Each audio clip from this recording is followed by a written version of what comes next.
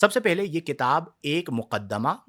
9 ابواب اور ایک خاتمے پر مشتمل ہے۔ آپ کے فضائل بیان کیے گئے ہیں اور یہ باب بھی 3 فصلوں پر مشتمل ہے۔ حضرات صحابہ کرام رضی اللہ عنہم کے مقام و مرتبے پر تفصیلاً روشنی ڈالی گئی ہے۔ کتاب کا نام ہے عظمت صحابہ و اہل بیت کرام رضوان اللہ علیہم اجمعین۔ اس کے جو مصنف ہیں ڈاکٹر مفتی محمد اسلم رضا میمن تحسینی حفظہ اللہ۔ آپ چونکہ میمن کمیونٹی سے تعلق رکھتے ہیں تو اس اعتبار سے آپ کے نام کے ساتھ میمن ہے، پھر نسبت کے اعتبار سے تحسینی وغیرہ، تو آپ جو ہے آپ نے اس کتاب کو تصنیف فرمایا ہے اور دار اہل سنت کراچی اور اسی طرح مکتبۃ الغنی کراچی نے اس کو چھاپا ہے۔ تو جن سے بھی ممکن ہو اس کتاب کو ضرور حاصل کریں۔ اب اس کتاب کے حوالے سے چند باتیں میں آپ کو عرض کر دیتا ہوں تاکہ آپ کو اندازہ ہو کہ یہ کتنی اہم کتاب ہے اور اس میں کن کن چیزوں کا خیال رکھا گیا ہے۔ سب سے پہلے یہ کتاب ایک مقدمہ، 9 ابواب اور ایک خاتمے پر مشتمل ہے۔ تقریباً اس کے ٹوٹل 432 صفحات ہیں اور اس کتاب میں تقریباً 70 سے زیادہ آیات قرآنی اور 200 سے زیادہ احادیث مبارکہ اور کثیر علماء اسلام اور راسخون فی العلم کے اقوال کی روشنی میں صحابہ و اہل بیت کا مقام و مرتبہ اور شان بیان کی گئی۔ اس کا مقصد تالیف کیا ہے، یعنی اسے کیوں مؤلف نے لکھا ہے؟ اس کتاب کی تالیف کا مقصد عام عوام کو موجودہ دور کے گمراہ کن فتنوں سے بچانا اور اصحاب رسول صلی اللہ علیہ وسلم اور اہل بیت اطہار کی شان کے بارے میں حقیقی معنوں میں روشناس کروانا ہے۔ اس کتاب کی ایک بڑی خوبی یہ ہے کہ اس میں کسی بھی شخص کو متعین کیے بغیر قرآن پاک، احادیث رسول اور اقوال علماء کی روشنی میں صحابہ کرام رضوان اللہ علیہم اجمعین کے متعلق صحیح اسلامی عقائد و نظریات بیان کیے گئے ہیں، اور اس بات کا خاص التزام کیا گیا ہے کہ ہر بات مدلل اور مستند حوالوں سے مزین ہو۔ اور یہ میری کوشش ہوتی ہے کتاب کے حوالے سے جب بھی میں انتخاب کرتا ہوں تو مدلل اور مستند حوالوں کے ساتھ اگر کتاب ہوتی ہے تو آپ اسے بطور حوالہ آگے پیش کر سکتے ہیں۔ اسی طرح مزید شوق بیدار کرنے کے لیے اس کتاب مستطاب کے کچھ امتیازی اوصاف بھی ہیں جو میں آپ کے سامنے ذکر کر دیتا ہوں کہ کس طرح اس کتاب میں چیزوں کو شامل کیا گیا ہے۔ سب سے پہلے جو مقدمہ کتاب ہے اس میں حضرات صحابہ کرام رضی اللہ عنہم کا مقام و مرتبہ، ان کی عظمت، عدالت، باہمی اختلاف کے اسباب اور مشاجرات صحابہ سے متعلق مستند علماء اسلام کے اقوال بیان کیے گئے ہیں۔ باب اول میں حضرات صحابہ کرام رضی اللہ تعالی علیہم اجمعین کے عمومی فضائل کے بارے میں اس باب میں 3 فصلوں کو شامل کیا گیا ہے۔ پہلی فصل میں قرآنی آیات اور مستند تفاسیر کی روشنی میں صحابہ کرام کا مقام و مرتبہ بیان کیا گیا ہے۔ دوسری فصل میں صحابہ کرام کے فضائل و مناقب پر مشتمل احادیث طیبہ و آثار، اور تیسری فصل میں صحابہ کرام سے متعلق علماء امت کے اقوال کو یکجا بیان کیا گیا ہے۔ یہ مکمل ہوا۔ اس کے بعد جو اس کا دوسرا باب ہے، یعنی کتاب کا دوسرا باب ہے، اس باب میں اہل بیت اطہار رضوان اللہ تعالی علیہم اجمعین کی عظمت کے بارے میں بیان کیا گیا ہے، اور اس باب میں بھی 3 فصلیں شامل کی گئی ہیں جن میں بالترتیب قرآن کریم، احادیث رسول اور اقوال علماء کی روشنی میں اہل بیت اطہار کی عظمت، شان و بزرگی کو بیان کیا گیا ہے۔ تیسرا جو باب ہے وہ صحابہ و اہل بیت کرام رضوان اللہ علیہم اجمعین کے درمیان باہمی محبت و الفت سے متعلق ہے۔ یعنی یہ انتہائی اہم باب ہے کہ اس میں صحابہ کرام اہل بیت اطہار سے محبت اور اہل بیت اطہار کی صحابہ کرام سے محبت، جب آپ اس بات کو پڑھ لیں گے اور سمجھ لیں گے تو یہ جو ہمارے ہاں ہوتا ہے نا کہ صحابہ کرام کو اہل بیت کے مقابلے میں یا اہل بیت کو صحابہ کرام کے مقابلے میں بیان کیا جاتا ہے، جس کی وجہ سے تفضیلیت اور ناسبیت کے معاملات چلتے ہیں، وہ سب ختم ہو جائے گے کہ وہ آپس میں پیار کیا کرتے تھے، یعنی صحابہ اہل بیت سے اور اہل بیت اطہار صحابہ کرام سے، تو ہم ان کی وجہ سے ان کی بنیاد پر مسلمانوں میں انتشار کیوں بپا کریں۔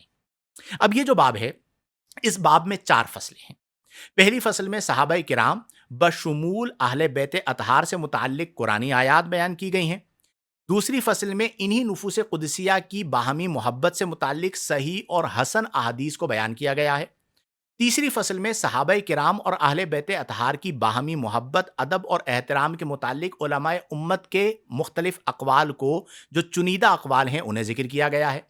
چوتھی فصل میں صحابہ و اہل بیت کی جو باہمی رشتہ داریاں ہیں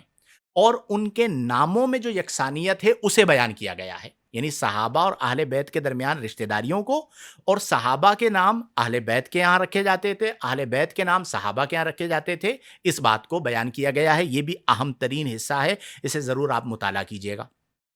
جو چوتھا باب ہے اس کتاب کا، اس میں خلفائے راشدین رضی اللہ عنہم کے فضائل کے بارے میں جو ہے وہ بیان کیا گیا ہے۔ اس میں خاص طور پر، یعنی اس باب میں خاص طور پر خلفائے راشدین کے فضائل کو بیان کیا گیا، اور اس میں تقریباً 15 فصلیں اس باب میں موجود ہیں۔ ہر خلیفہ راشد کے متعلق تین تین فصلیں ہیں، جن میں بالترتیب قرآن کریم، حدیث پاک اور اقوال امت کی روشنی میں ان حضرات مقدسہ کے فضائل و مناقب کو بیان کیا گیا ہے۔ اسی طرح حضرت سیدنا ابو بکر صدیق رضی اللہ عنہ، سیدنا عمر فاروق اعظم رضی اللہ عنہ کے الگ الگ فضائل ذکر کرنے کے بعد حضرات شیخین کے نام سے مزید 3 فصلیں ترتیب دی گئی ہیں، جن میں ان دونوں حضرات کے مشترکہ فضائل بیان کیے گئے، یعنی حضرت سیدنا صدیق اکبر رضی اللہ عنہ اور حضرت عمر فاروق اعظم رضی اللہ عنہ کے۔ پھر اس کے بعد اس کتاب کا جو 5واں باب ہے، اس میں حضرات عشرۂ مبشرہ اور اہل بیت اطہار کے انفرادی فضائل سے اس باب کو مزین کیا گیا ہے، اور انفرادی فضائل کو اس باب میں بیان کیا گیا ہے، اور اس باب کی بھی 7 فصلیں ہیں۔ پہلی فصل میں عشرۂ مبشرہ صحابہ کرام کے فضائل قلم بند کیے گئے ہیں۔ دوسری فصل میں اور تیسری فصل میں بالترتیب قرآن کریم فرقان حمید اور حدیث پاک کی روشنی میں امہات المؤمنین، خاتون جنت، سیدہ کائنات فاطمۃ الزہرا رضی اللہ تعالی عنہا کے فضائل و مناقب کو بیان کیا گیا ہے۔ اسی طرح چوتھی اور 5ویں فصل میں حضرت سیدنا امام حسن اور حضرت سیدنا امام حسین رضی اللہ عنہ کے فضائل کو بیان کیا گیا ہے۔ چھٹی جو فصل ہے، اس میں حضرات حسنین کریمین رضی اللہ عنہما کے جو مشترکہ فضائل ہیں، ان مشترکہ فضائل کو بیان کیا گیا ہے۔ پھر اسی طرح جو 7ویں فصل ہے اس باب کی، اس میں اقوال علماء کی روشنی میں اہل بیت اطہار کے جداگانہ جو فضائل ہیں، جو صرف اہل بیت اطہار کے لیے، انہیں بیان کیا گیا، اور ان کے مقام و مرتبے کو بیان کیا گیا۔ یہاں پر تمام فصول اس باب کی مکمل ہوئی۔ اس کے بعد جو چھٹا باب ہے اس کتاب کا، اس میں خلافت راشدہ حقہ کے بارے میں بیان کیا گیا ہے، اور اس باب کی بھی، یعنی چھٹے باب کے اندر بھی پھر فصلیں ہیں۔ یہ اہل علم اس بات کو جانتے ہیں کہ پہلے ایک باب قائم کیا جاتا ہے، پھر اس میں فصول رکھی جاتی ہیں، پہلی فصل، دوسری فصل۔ عربی کتابوں میں بھی یہی طریقہ ہوتا ہے۔ تو اس باب کے اندر 12 فصلیں قائم کی گئی ہیں، جن میں بالترتیب خلیفہ راشد کی خلافت حقہ سے متعلق 3 فصلیں ترتیب دی گئی ہیں، ہر خلیفہ راشد سے متعلق، اور اس میں قرآنی آیات، احادیث صحیحہ، اقوال علماء کی روشنی میں ان سب حضرات کی خلافت برحق پر دلائل پیش کیے گئے ہیں، تاکہ جو لوگ منکرین ہیں ان کا انکار غلط ثابت کیا جا سکے کہ ان کی خلافت کے حق ہونے پر یہ دلائل موجود ہیں۔ اس کے بعد جو اگلا باب ہے، 7واں باب جو ہے، 7ویں باب میں حضرت سیدنا امیر معاویہ رضی اللہ عنہ، جو کہ صحابی رسول ہیں، کاتب وحی ہیں، اور آپ کی ذات کو لے کر بھی ہمارے معاشرے میں افتراق اور انتشار کی فضا قائم کی جاتی ہے، تو خاص طور پر ایک باب کے اندر حضرت امیر معاویہ رضی اللہ عنہ کا مقام و مرتبہ، آپ کے فضائل بیان کیے گئے ہیں، اور یہ باب بھی 3 فصلوں پر مشتمل ہے، جس میں بالترتیب قرآن کریم، حدیث رسول اور اقوال علماء کی روشنی میں حضرت امیر معاویہ رضی اللہ عنہ کا مقام و مرتبہ اور آپ کی ملوکیت کو بیان کیا گیا ہے۔ پھر اس کے بعد 8واں باب خلفائے راشدین اور سیدنا امیر معاویہ رضی اللہ عنہ کے ادوار میں اسلام کے لیے جو ان کی خدمات اور کارہائے نمایاں ہیں، اس سے متعلق ہے۔ اس باب میں 6 فصلیں ہیں، جن میں بالترتیب حضرت سیدنا ابو بکر صدیق رضی اللہ عنہ، حضرت سیدنا عمر فاروق اعظم رضی اللہ عنہ، حضرت سیدنا عثمان غنی رضی اللہ عنہ، حضرت سیدنا علی المرتضی شیر خدا رضی اللہ عنہ، حضرت سیدنا حسن مجتبی رضی اللہ عنہ۔ اب یہ ذہن میں رکھیے گا کہ کتنے احتیاط سے اس کتاب کو لکھا گیا ہے کہ حضرت سیدنا حسن مجتبی رضی اللہ عنہ چونکہ خلیفہ راشد ہے، اور خلافت راشدہ، آپ کی جو خلافت ہے وہ حضرت مولا کائنات رضی اللہ عنہ کی خلافت کا گویا کہ تکملہ ہے تو اس کا بیان ہے، اور پھر اس کے بعد حضرت سیدنا امیر معاویہ رضی اللہ عنہم کی جانب سے اپنے دور میں جو امور انجام دیے گئے ان چیدہ چیدہ کارناموں اور امور کو بیان کیا گیا ہے۔ اس کے بعد اس کتاب کا جو نواں باب ہے اس میں تنقیس اور توہین کے حوالے سے، یعنی جو لوگ صحابہ کرام کی تنقیس و توہین کرتے ہیں یا اہل بیت اطہار سے کوئی گفتگو کرتے ہیں، اہل بیت اطہار کے حوالے سے، یہ ہمارے معاشرے کے اندر آپ جانتے ہیں اس طرح کی چیزیں پائی جاتی ہیں، تو بالخصوص صحابہ کرام رضی اللہ عنہم کے حوالے سے جو تنقیس شان اور توہین شان کی جاتی ہے، اس حوالے سے یہ نواں باب مفتی اسلم صاحب دامت ظلہ العالی نے قائم کیا ہے، بڑی خوبصورت کتاب لکھی ہے۔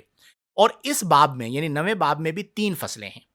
پہلی فصل میں قرآنی آیات کے ذریعے بارگاہ الہی میں حضرات صحابہ کرام رضی اللہ عنہم کے مقام و مرتبے پر تفصیلاً روشنی ڈالی گئی ہے، تاکہ جو قرآن کو مانتا ہے وہ صحابہ کرام کا احترام کرے گا، تو اس بات کو ذکر کیا گیا۔ دوسری فصل میں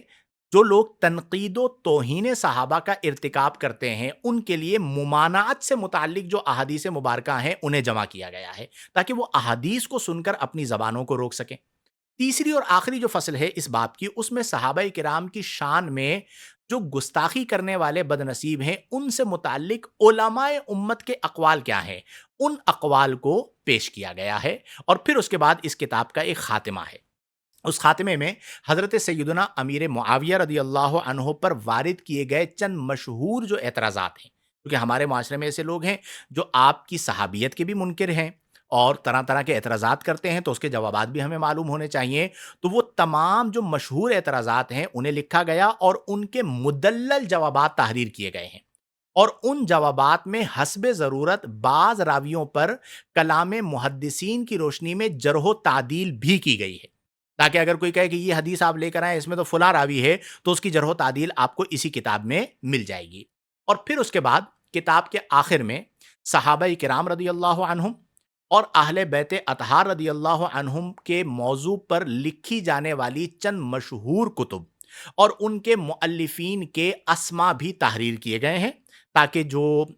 تشنگان علم ہیں، علم سے جن کا تعلق ہے، ان کی سیرابی بھی ہو سکے اور ان کی تسلی بھی ہو سکے، اسی کتاب کے اندر انہیں دیگر کتابوں کے اسما بھی مل جائیں۔ اسی طرح 3 چیزیں اور ہیں، بس اس پر اختتام کرتے ہیں، ٹائم بھی کافی ہو چکا۔ 3 چیزیں اور ہیں جس کا اس کتاب میں خاص اہتمام کیا گیا، جو مجھے پسند آئیں اور جو انتہائی اہم ہیں، وہ یہ ہیں کہ پہلے نمبر پر جو اس کتاب کے اندر جس چیز کا اہتمام کیا گیا وہ یہ ہے کہ اس کتاب کا جو لب و لہجہ ہے، تحریر کا جو انداز ہے، وہ انتہائی عام فہم اور آسان رکھا گیا ہے، تاکہ ایک عام آدمی بھی اس کتاب سے بآسانی فائدہ اٹھا سکے،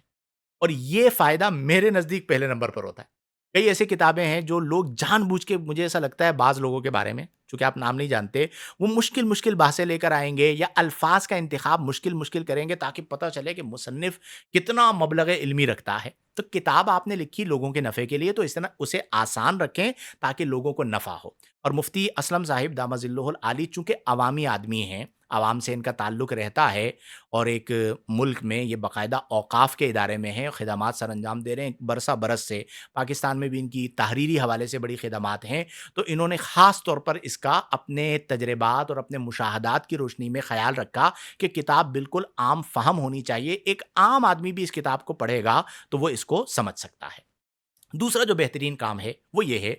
کہ جو اس میں قرآنی آیات اور احادیث نبوی کو لکھا گیا ہے اس میں ضروری اعراب اور ترجمے کے ساتھ ان احادیث کو مزین کرنے کی کوشش کی گئی ہے، تاکہ پڑھنے والے کو کسی بھی قسم کی دشواری پیش نہ آئے، چونکہ بعض اوقات جو لوگ عربی نہیں جانتے تو وہ اعراب میں غلطیاں کر دیتے ہیں،